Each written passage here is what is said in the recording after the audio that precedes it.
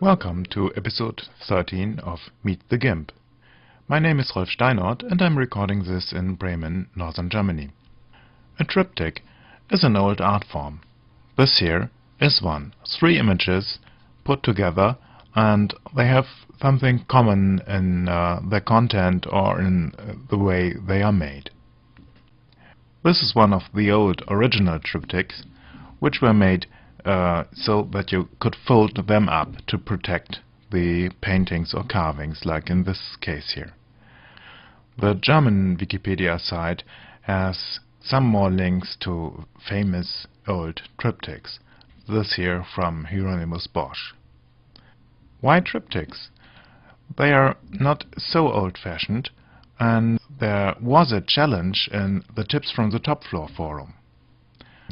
In the forum, I'm a member of that forum, I told you that we have a section for challenges, and one type of challenge is the 72-hour challenge. You have to finish your image in 72 hours and post it to the website. And Alan, who is not only our tattoo pixie, but also cares for the 72-hour challenge, he set the task to put a triptych on. And I'll show you what was posted here. This one image in 3 slices. This one here, sequence in time in 3 images. This one here, you saw that, it's mine. This one here, also a sequence in time, made by my partner Andra. This one here, and this here, vegetables, one common theme. This made by Alan, a small story, and finally this one here, a very nice thing with white angel, an overview, a detail, and a different overview of a lighthouse. So triptychs are a way to go beyond the thing you can show in one image. You can get different angles, like here. You can oh, I said angels, I think, one of the sentences before. So you can get different angles, you can show a sequence in time, you can show different viewpoints, and you can show different things that have something in common, and so on. There are nearly indefinite possibilities to do a triptych. I want to show you how to do it, how to arrange the images and make these frames between them. And I want to give you a challenge. Make a triptych and put it online. I'll show you later where and how. And then I'll show all the images that were put online in, let's say, the show number 15 or 16. Depends on how fast you are and how I'm going on with recording this stuff. I would be very happy for a good return on this challenge here. And perhaps I'm making an institution out of this and give you a challenge from time to time. And I have asked a potential sponsor to give me some prizes. So I can't promise it yet, but it is possible that I'll draw one of the submissions and give it a prize. Nothing fancy, and I don't judge the images, I'll just pull a random one out of it. So equal chance for everybody. With the 72-hour challenges, there's a bit of a honor codex to do all the stuff in this 72 hours. Shooting and post-processing and posting it on the web. The 72 hours are not so tight, you can slip in an image a bit later, but it's preferred that you do it on time and do all the stuff on time and not go in archives. I think that makes sense. If you want to improve your photography, do such challenges. it gets you a bit under stress, and you have to do something. So I had time only in the evening, and the light was bad, and I thought about shooting mannequins in shopping windows. I started with this lady here, and in the next window I found this one here, and I instantly knew this is my centerpiece. And I looked at the price tag of this red jacket. It was more than my Nikon 18 to 200 mm VR lens, and so this is high quality stuff. All these images are shot with a Nikon 50 mm 1.8 fixed lens and prime lens, and it's very good for shooting in the dark, and it's very cheap. So another tip: if you want to improve your photography, get such a lens. It's a good, very good tool, and a very good tool to to get you disciplined, to keep you in one focal length. And I made another challenge for myself. I don't want to crop the images, just shoot them, frame them right in the first time. And now I had to look for something left and right of this lady here. And I found first this guy, and this one here, this, so it should be rotated. This guy has lost the head, and on the opposite side, this one here. This very sincere lady. This one here, very beautiful, but with a little beauty problem on her nose. And finally, this and this one here. I decided for my entry in the challenge to choose these two ladies here. But I'll take another way now and take the two headless guys as my models. The first thing I do is resizing these images. They are 3872 pixels high and 2600 wide. This would get an image size which is beyond everything I want to handle here, and I need it only for web output.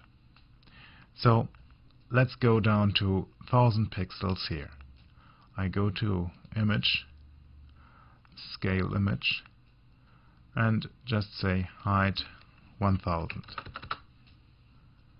I'll leave it at cubic interpolation. Here we are. Repeat this with the two other images.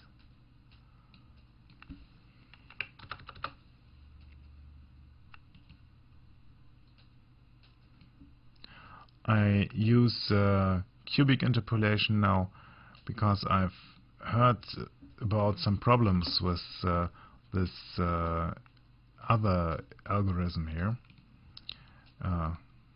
Sync. I'm not sure about that, and cubic is good enough, and I think I avoid the problems that could be there. I'm really not sure. It's just being lazy to get deeper into this thing here. Okay, now I need a background for this. These images now have, let me enlarge them a bit. Shift Control E fills the frame. These images now have a height of 1000 pixels, and I need a frame around them.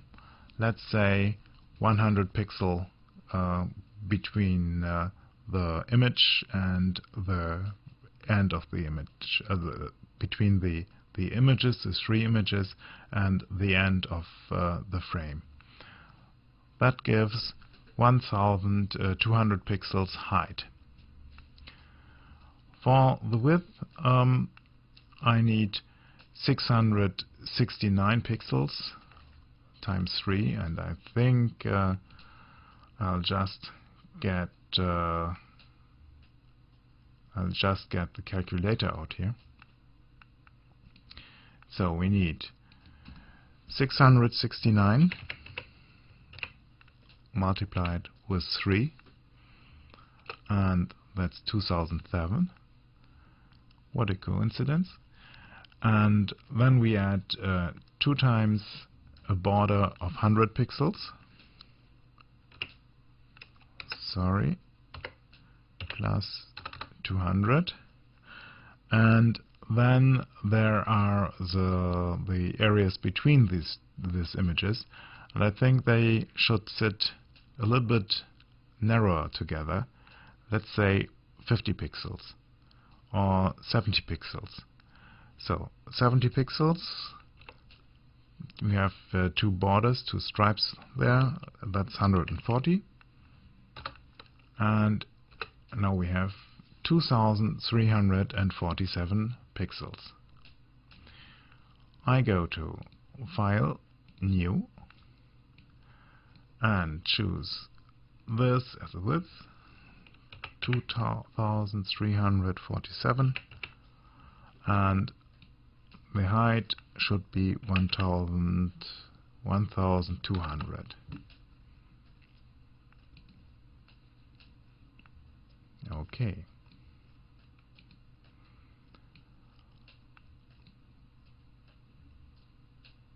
Let me get this a bit smaller here.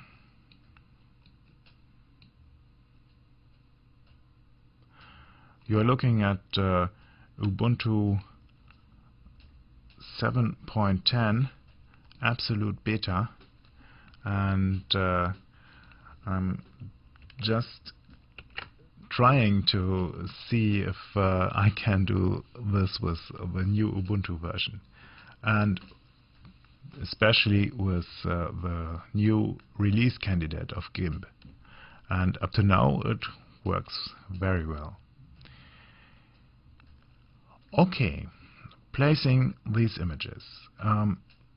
Here I have the background layer, and I'll give it a color later on. Now I simply select the 3 images here and pick the icon here, or the thumbnail on the layer dialog up, and just pull it over. And here we have it in the frame of the main image. Okay, close it. No, I don't want to save the changes. Here's my centerpiece. Sorry. Also closing this image here. And the last one.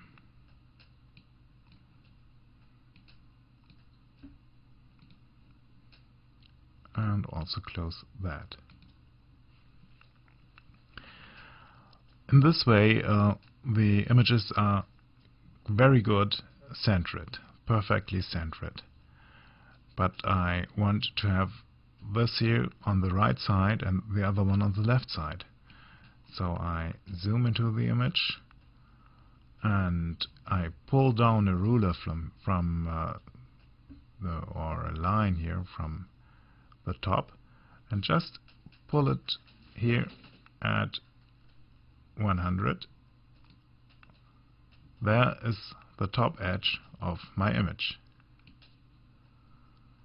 And I go to the left side and pull a line out of here and just drop it here at 100. Can be tricky sometimes. I think there must be a dialog somewhere to set these options. And over to here we have 2347, that's 2247, and here we are. Okay. Shift Control E to get the full image into the window, and now I just select the top layer here with my move tool, just pull it out, and you see it's a bit sticky here on the lines. I don't need this one here, but this one. And I have put the lines here, and it snaps onto the lines. Okay, here is the first finished part of the triptych. All three images are put where they belong. Before I continue, I'll rename the layer names here to left, center, and right.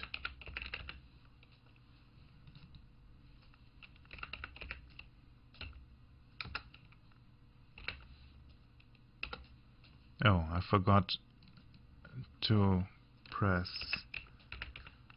the Enter key.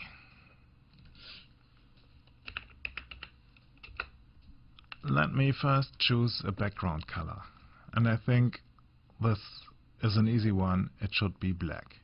I select the background, go to the colors dialog, and here I have already black. I just pull black over to the layer and release the mouse key.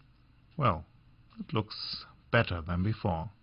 Black is, I think, the right background color for this here. I want to put white frames around these three images here, and adding a frame can be done in a lot of different ways, and I want to show you a way that works with layers. I just double the layer and rename it to right frame. Okay. I again forgot to press the Enter key. Okay, right frame. The frame should sit below the image, and I enlarge it a bit. I want a frame of let's say 10 pixels around it, around the image. So I'll enlarge this image by 20 pixels in either direction.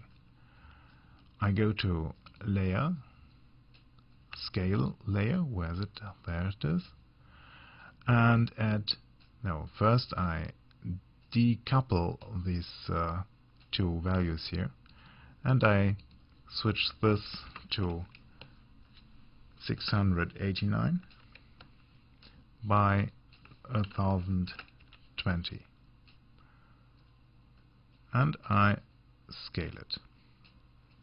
You see, nothing has changed. But when I now get my white color and drop it into the frame here, you see the white frame. And I'll repeat that with these two other images. I could just copy this frame and pull it over, but I think this way is faster, because I would have to adjust the position of the new frame. Okay. Layer, Scale Layer, 689 and 1020.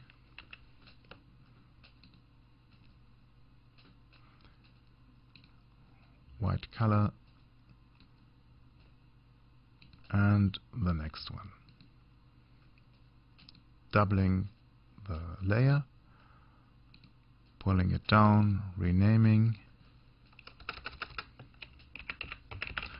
I must confess, when I'm not on video, I often leave the renaming away, but I have also to confess I get sometimes then a bit durcheinander, a bit confused by the different layers with all the names copy, copy, copy, copy, and copy of copy. So it's a better style to just take the second and to rename this. Next step. I want to have a white frame around in this around all three images here, and which is nearly at the outside of the white background.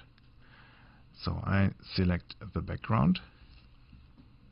I'll do this in this layer here because every mistake I can correct very easily. And I select the rectangle tool here, rectangle select tool, and go into my zoom tool and select the border here.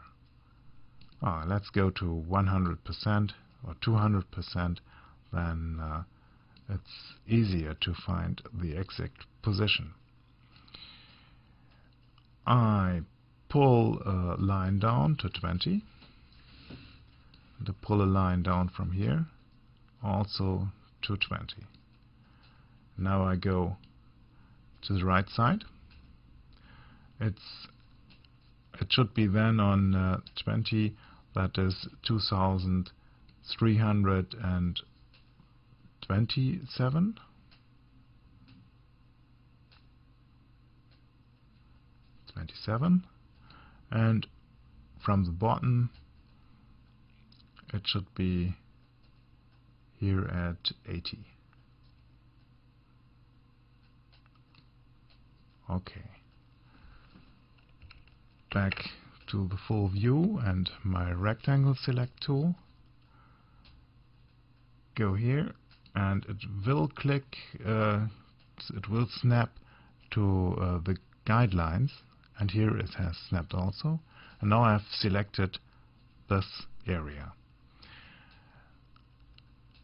Now I go to Edit and Stroke Selection.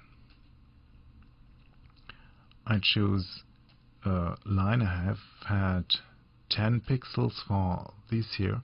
I think I should also use 10 pixels. And I select Stroke.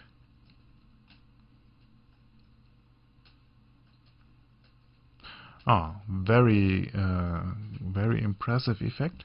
I have stroked with black on black. So I press X to exchange the foreground and background color and redo that. Stroke selection, 10 pixels, solid color. I can go here to line style and control that I have here sharp corners, and I'll deselect anti-aliasing, so I will really get black on white. So now stroke, and here's my line. Shift Control A removes the selection, and I can set here by view, show guides, deselect the guides, and here is my white frame. Okay, getting the guides back on. There somewhere is an option to remove the guides. I don't recall where it is, but now the decorative work is nearly done. Let's look at these three images here. I think the center one is fine as it is. Just enlarge it a bit. I think it works the way it is. I could do a bit about this dark spot here, but I don't think so. I think I'll leave it as it is. Here I want to darken the background, and I select the right layer. That's right here, and I haven't set up the GIMP properly as I showed you in the video. I have no curves tool here, nothing. So File, Dialogues, Tools, and select the curve tools, levels, threshold, brightness, and hue, saturation, color balance, and let's take colorize also. So the curves, you see there is a bright part of the image and a dark part of the image. Here is the dark part, and the interesting stuff of the sky here is all in that part, and here we go into this area. This has to be darkened. I click here to keep this and go hit down here. It's getting a lot cramped on the screen.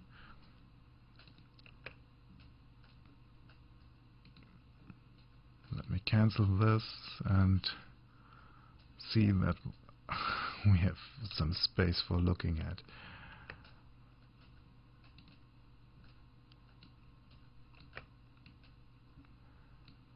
Okay. Now, again, the interesting part of this image is in this area here, and I don't really want to change that.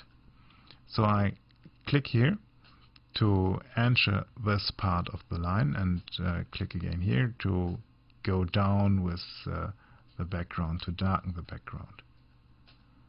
And I have to find a way that's not too ugly. Oh, I see. Here I have a problem here. We'll simply double that layer, abort this way here. Double the layer, right copy, okay, make it invisible. And now I'll again work on the curve and on the background here. Again, fixing the upper part and going down here.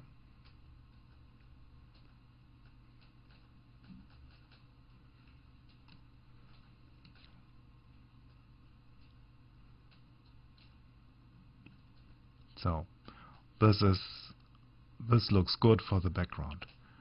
Ugly for here, but I'll repair that in an instant. Now switch back, right copy, and you've guessed it, add a layer mask. The layer mask should be the grayscale copy of the layer. And let me look at it, show layer mask. Here it is. Again, use the curve tool to get into this layer mask a bit of contrast, and I want to have a hard contrast here on this border. Forget about this here. This border has to get sharp. Okay. Now I take the threshold tool and select as much of that I have here a good definition between black and white. Okay. I take a very big pencil, or let's do this with a selection tool. I select all this stuff here and fill it up with black. Then I take my selection tool again and select all the stuff inside of the mannequin here and fill it with white. There's a little bit still left for repairs, and I can do that with my repair tool. Was distracted by the keyboard. I can do that with the pencil. Let's go to here. White is selected. Get the brush, big brush, and I'll go over this here.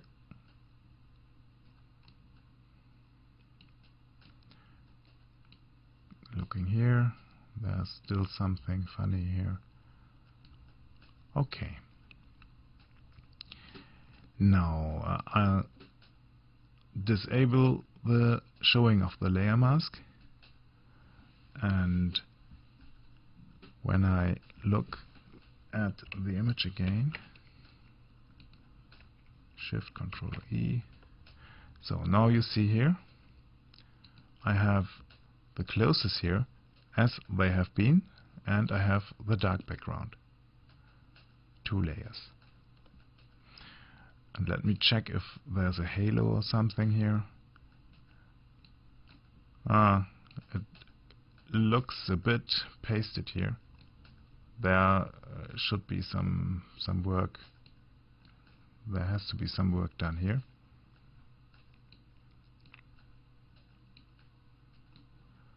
Let me see if just going a bit down with the opacity of this layer helps. Not really. This looks ugly here. Okay. I'll take my pencil, just paint it over here, and change the colors. Paint that black.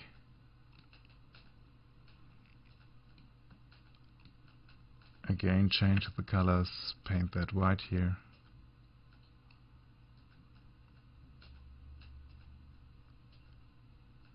I'm working on the layer mask and not on the image, so you see here the effect on the layer mask is revealing the image and not destroying it or painting on it. As a last thing for this layer mask, I'll apply some blur, filters, blur, Gaussian blur. Let's say 5 pixels or so. It's a standard value. You see it here. Looks quite nice. Let's do it. It's better. This cut out and pasted look is gone.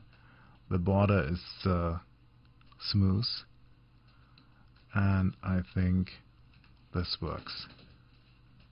I've done the same thing to the left layer, to the left panel of the triptych, and you see here the background is darker. And I think I've done a little bit too much. Perhaps I should go up a bit again with the background.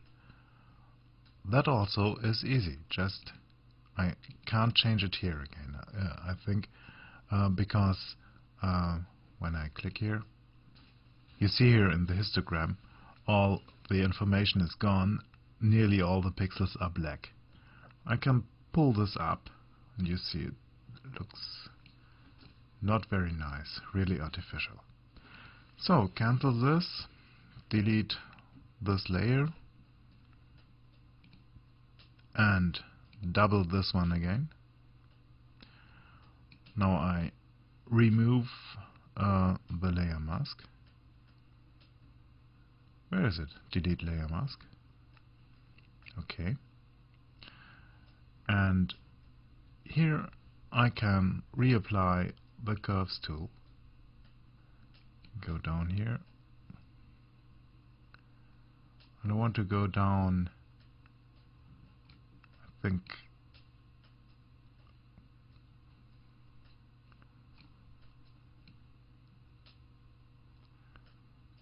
think it's not possible with this one here.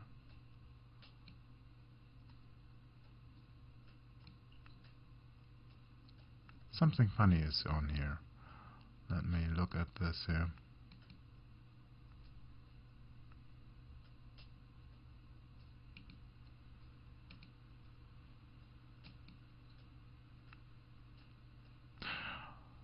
Ah, okay.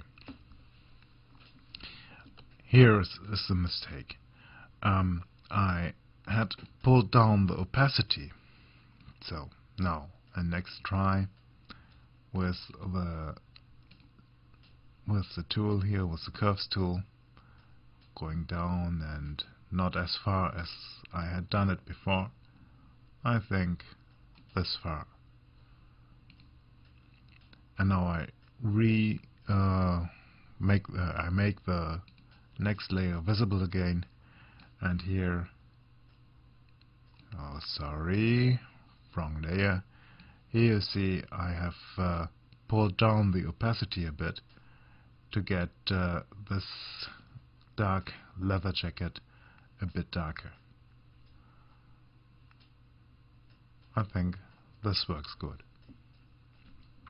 This is nearly finished, except for one last thing, and this is a nice text here, and I just choose the text tool and click here. This opens, and I can go here. Normally there would be an A here. I don't know why there's this icon here. I type in my name and the year. For selecting a font, I just click here on this font sign, and here again on this view as a grid. And now I have all the fonts in a grid here, and you see this is Ubuntu straight out of the box and has a lot of fonts. I miss some of my favorites. Haven't installed them up to now, but let's choose something classy like this one here. I choose a color that would be visible on the black background, and I think white would be right. And here you see my name. Okay, the size is not big enough, and I blow it up to something readable. Let's say 60.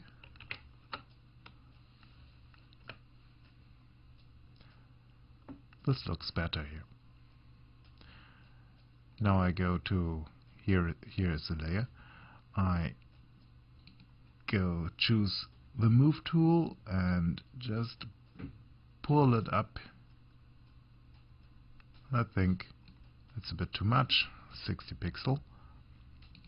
Just look at the details. Yes, it is too much. But with those text layers, I can always double click on the layer, go back and change the values here. 50 pixel. Much better. I leave all the other options here alone. Okay, 50 pixel. That's it. Correcting the position here a bit.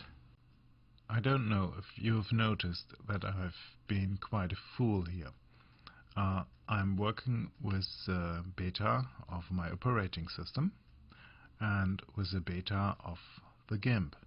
Okay, it's a release candidate. It should be stable, but it is still a beta. I haven't saved the file until up to now. So I choose File, Save As, and I'll save it as triptych mtg.xcf.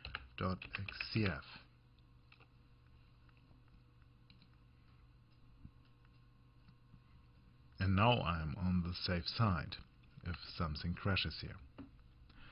I want to resize this image for the web, and therefore I go to Image, Scale Image, and I go down with the size to 800 pixels.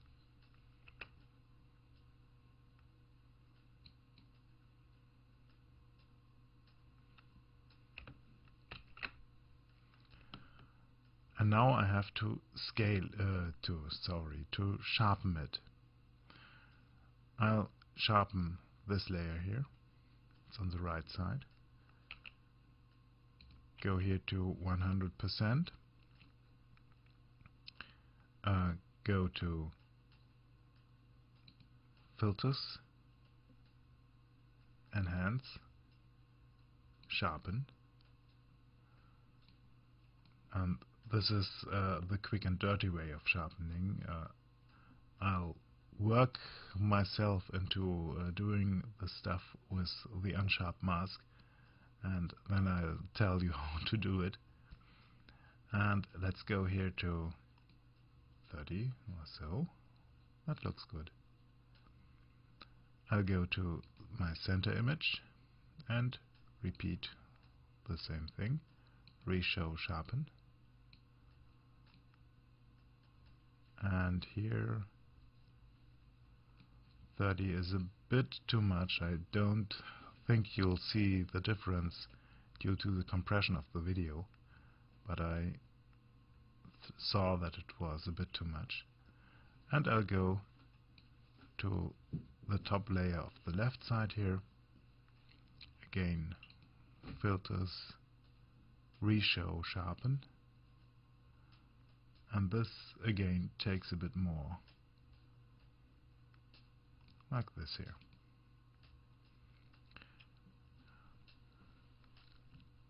And now the last thing is, and here you see one thing, I should have applied the text after, not before resizing, but after resizing. It's really, let's say, not nice. And you see here an artifact of the resizing. My line has got a border here, and I'll do nothing about it now. But this text here, that has to be changed. And when you see here, when you resize a text layer, it loses its text characteristics and gets to a really normal standard layer. And so just discard this and choose again the text tool. Click here.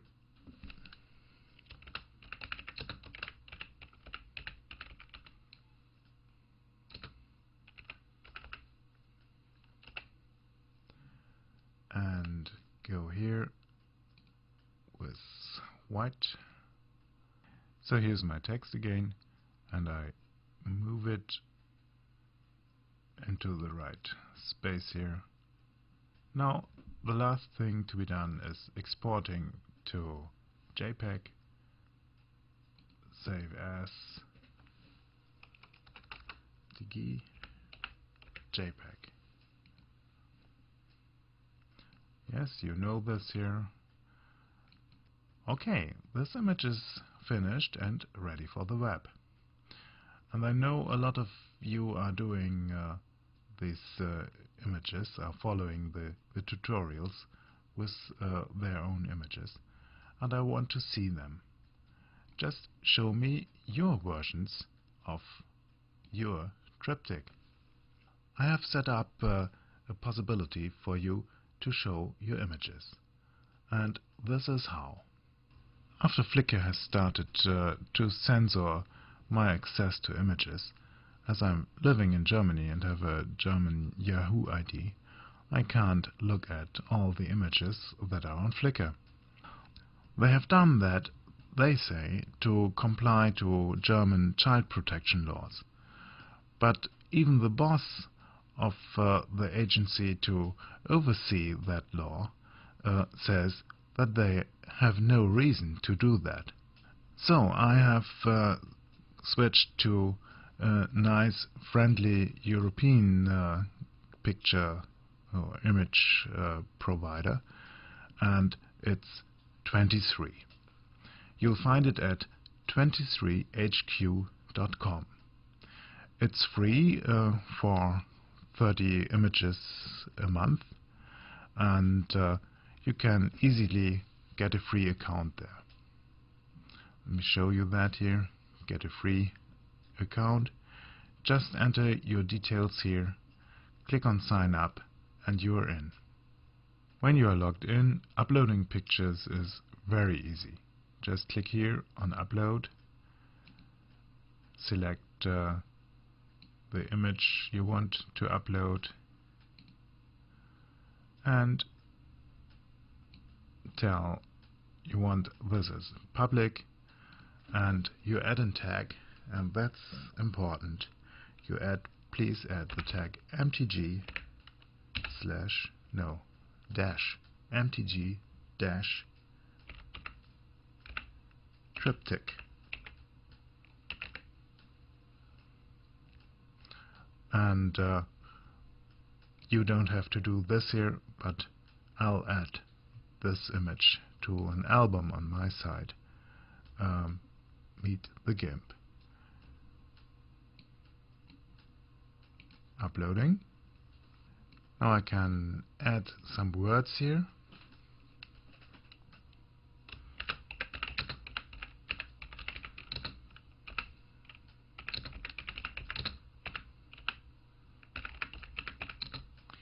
What's our episode? It's 13, isn't it?